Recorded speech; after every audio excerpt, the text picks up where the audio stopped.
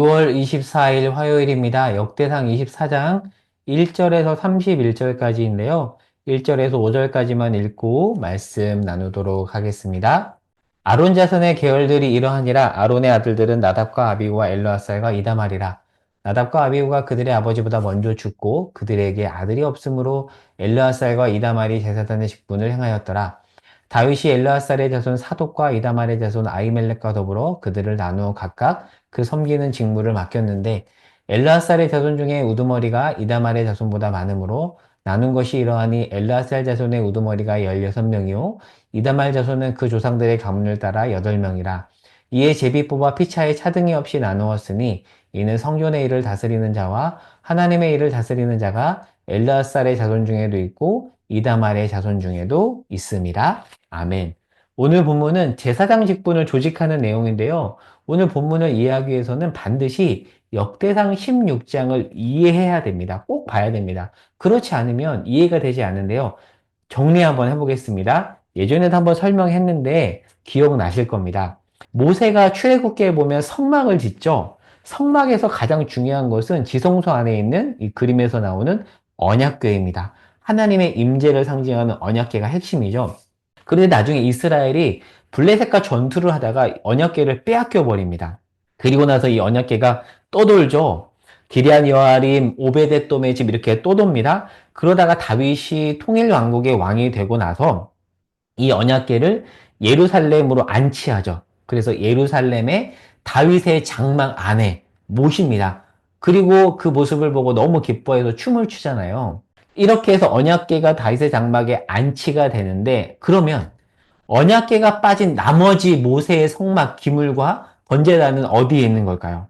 말씀해 보면 그것들은 기브온에 있었다라고 나옵니다. 기브온. 나중에 솔로몬이 1000번제를 드리잖아요. 거기가 기브온 산당이라고 나오거든요. 그 기브온에 번제단과 언약궤가 빠진 모세 성막이 있었어요.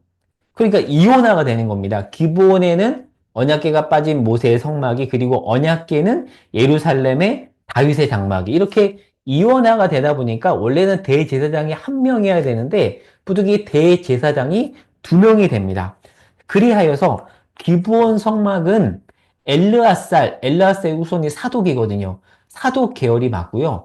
다윗의 장막은 이다말 계열이 맞습니다. 아론의 일대 대제사장인데 아론이 죽고 나면 대제사장은 첫째인 나답 또는 차남인 아비후가 이어받아야 되는데요. 나답과 아비후가 죽죠. 레위기에 보면 분향을 잘못해서 죽습니다. 본문 볼까요? 오늘 본문에서도 설명하는데 2절에 보면 나답과 아비후가 그들의 아버지보다 먼저 죽고 그들에게 아들이 없어서 셋째인 엘르아살과 넷째인 이다말이 제사장의 직분을 행하였다고 되어 있잖아요. 원래는 엘르아살이 종신 세습직인 대제사장직을 이어받아야 되는데 이다말까지 대제사장 직분을 함께 수행하는 것은 지금 대제사장이 두 명이 필요한 거예요. 왜요?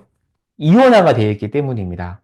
이것을 알아야 오늘 본문을 이해할 수 있습니다. 자, 이 이해를 가지고 4절을 볼게요. 뭐라고 설명하죠? 엘르아살의 자손 우두머리가 이다말의 자손 우두머리보다 많대요. 정확하게 계산하면 16대 8입니다. 그러니까 이온화가 돼 있다가 이제 성전 체제에서 둘을 통합을 하는데 주도권 싸움이 벌어질 수 있잖아요. 이전에는 이원하여서 엘르아살 가문과 이다말 계열이 각각 맡았는데 이제 성전 체제에서 통합되면서 둘이 되는 거예요. 그러면 주도권 싸움이 벌어질 수 있으니까 다윗이 지금 중재를 하는데 근데 누가 숫자적으로 많죠? 엘르아살이 많잖아요. 그래서 자칫 숫자가 많은 쪽이 더 이득을 가져갈 수 있고 순서도 좋은 쪽으로 뽑을 수가 있으니까 다윗이 24그룹으로 나누어서 제비뽑기로 봉사 순서를 정하도록 합니다. 다수나 힘 있는 자가 좋은 순서를 뽑지 않도록 한 거죠. 숫자로 보면 엘르아살 계열이 16그룹, 아비아달 그룹이 8그룹, 도합 24그룹이 나오는데요. 오늘날 우리 태양력으로 하면 1년이 52주지만 유대력으로 하면 1년이 48주거든요. 그러니까 한 그룹당 2주를 섬기는 겁니다.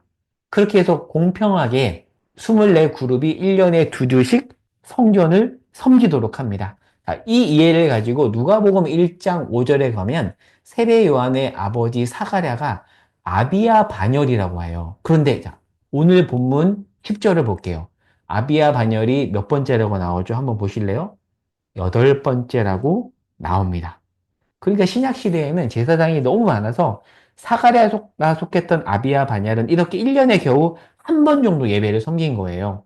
한 그룹당 한 700에서 800명까지 되었다고 하거든요. 신약 시대. 그러니까 그들을 이렇게 나누어서 이 순서에 따라서 성전을 섬긴 겁니다. 근데 이렇게 정한 게 누구라고요? 오늘 본문에서 다윗이라고 나옵니다. 그리고 좀 더 볼게요. 오늘 본문 20절에서 31절은 추가 명단인데 어제 23장에서 나온 명단에서 빠진 이들이에요. 그러니까 나중에 조사해 봤더니 누락된 이들이 있네? 이들을 찾아내서 이들에게 또 역할을 배분하는데 다윗이 어떤 왕인지를 알 수 있는 대목입니다.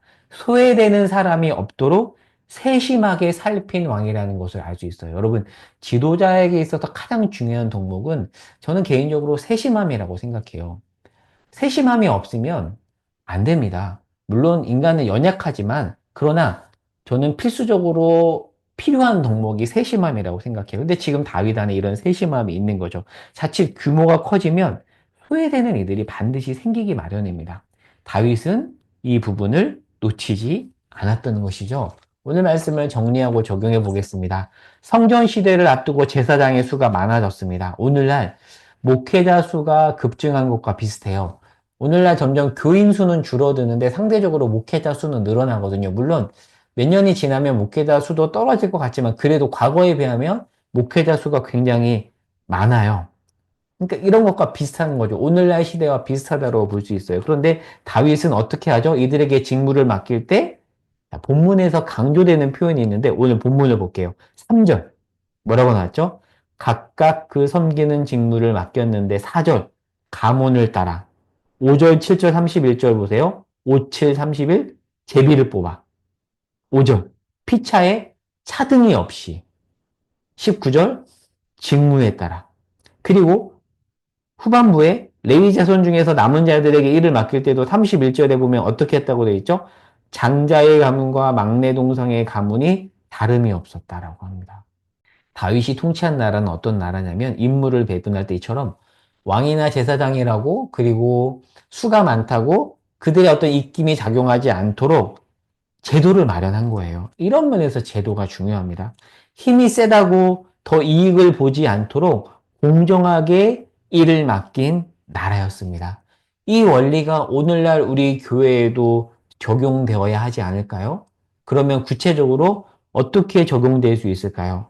그 부분은 오늘 여러분에게 맡기겠습니다. 여러분이 오늘 말씀을 한 번 더 읽으시고 관찰하고 해석하고 묵상하면서 이 내용을 오늘날 어떻게 우리네 교회에 아니면 우리 사회에 적용할 수 있을지 생각해 보시기 바랍니다. 다윗의 나라는 공정한 나라였습니다. 세심한 나라였습니다. 다윗은 세심한 왕이었죠. 기도하고 마치겠습니다. 하나님, 오늘 말씀을 통해서 다윗이 어떤 사람인지, 다윗의 나라가 어떤 나라인지 살펴보았습니다. 하나님, 이 원리를 오늘날 우리 삶에 적용할 수 있도록 우리에게 지혜를 허락하여 주시옵소서. 예수님의 이름으로 기도합니다. 아멘.